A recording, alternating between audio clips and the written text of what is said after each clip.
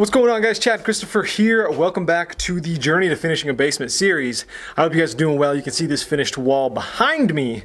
And today we're tackling these windows right here. So we're gonna frame this wall. We've got 3 of these windows to frame out. And I feel pretty confident about it. You know, I watched a couple videos, I did some tests, and I think that we're on to the right path. So let me show you what I've got going on here. So this is my base plate and my top plate. This is all laid out already. If you need to know how to do that, go back and watch my last video and I go over that. But so we've already got this measured out. You can see my X's where I've got my studs. Now check this out. When I take this over underneath this window, just kind of roughly put it in place here. You can see how that's gonna line up under this window. And what I'm going to do is I measured from the ground to the beginning of my windowsill. So I measured to right here. I'm not sure what's up with these ridges, but I figure if I measure to here, I can always add more if I'm supposed to come up to here. That's gonna be a lot easier than measuring to here and then having it cut off. You know what I mean? So that's what I'm doing. I'm measuring to the bottom right here, and that gave me 38.5 inches from the floor. Now I'm gonna subtract 3 inches from that because this is gonna be 1.5 inches, and then I want it to stop 1.5 inches short so I can put another board that's going to end level with this guy. So minus 3 inches off of 38.5 gives me 35.5. And then as you can see right here, I've marked it. I don't know if I can get this thing to brighten up enough, but let's pull this out a little bit. Okay, so like this X that's in the corner, that's a solid floor to ceiling stud. And then the next 3 I've marked, like right there you can see, I put 35.5. So that's how high I need to cut the next stud. So 1, 2, and 3. I need to cut 3 of those, and then my last 2 are standard size studs. I did the exact same thing with the top up here, and you can see that reflects on my top plate as well. So I've got normal size, and then I've got 6.5 inch, 6.5 inch, 6.5 inch, and then my normal 2 studs for the outside. So that's gonna get us going so that we at least have an opening here, and then from there we're going to create essentially a box that's going to fit inside those openings of the studs that we created. So let's get those studs all set up first. We'll tilt this wall into place, and then we can start building that square around the window. Okay, so I showed this setup in the last video as well. I'm working on a Bora Centipede mobile workbench. I really like this thing. It's not sponsored. I just dig it.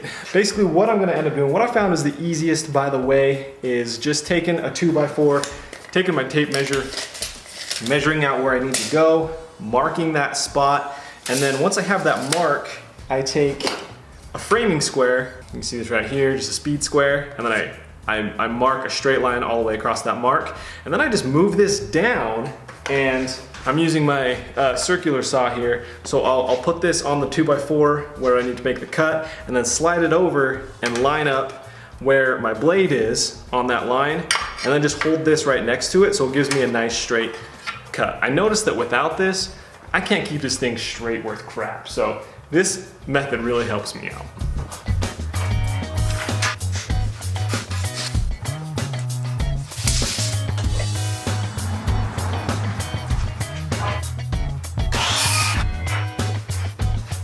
So you can kind of see how straight that cut was right across the center of my mark, and that's all because of that speed square cut. So that's definitely how I'd recommend doing it. I'm gonna get the rest of these things cut out.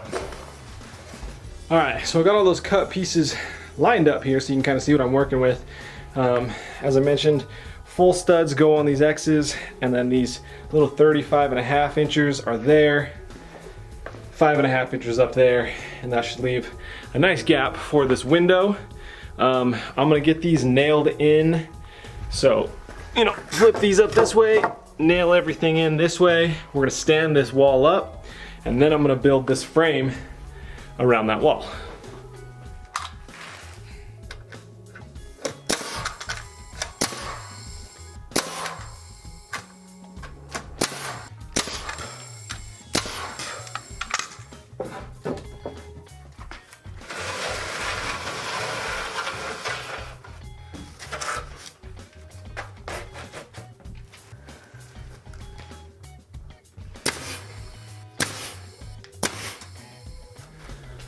Okay, so I got this thing all stood up, and then I put it up, I leaned it up against the existing corner here. I took a level to both sides, to this way and to this way, and then I just kind of held it in place, used my nail gun to keep it somewhat in place, and then we can go through and we can get this thing all locked in, kind of level each spot, lock it into the floor plate, into the ceiling joists. I already snapped a chalk line, so I have like a straight line to reference on the ground, and then once everything is hard in place, then it'll be easy to build that box around the window. Okay, so good news and bad news. Good news is I'm getting a lot better at hammering those masonry nails in. By the way, once again, I'm using these 2.5-inch masonry nails with a little mini sledgehammer to drive the bottom plate into the concrete. So that's the good news, that they're actually going in now instead of just like bending. The bad news is clearly I made a bad measurement, because that is a lot more than 1.5 inches to right here. That's, you know, like, I don't know, longer than that, 2.5 inches maybe. This one looks, I mean, like, maybe even too much. Gosh dang it. Yeah, I made 2 bad measurements, it would appear. The alternative to this, by the way, so you don't have to try and measure like I did. It's hard because the insulation's out, like you can't get a straight line measurement. But whatever. The alternative to this is like having a Sawzall and just putting up a normal framed wall, and then just using a Sawzall to cut exactly where you want, instead of trying to build it like I did. So I'm not sure what we're gonna do. We're kind of already all nailed together. We're just gonna make it work. We're gonna figure out a way to make this work.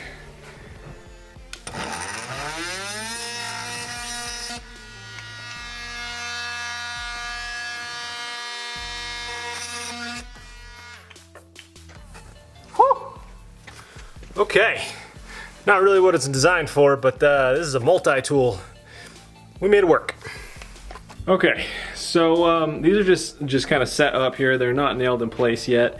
First of all, I'm gonna put a vertical, you know, in line with the window, but I just wanna make sure that I'm not supposed to have another stud that goes floor to top to the left of that and to the right of that, if that makes sense. So I've got these in place. The multi-tool worked out well, so I've got this super even.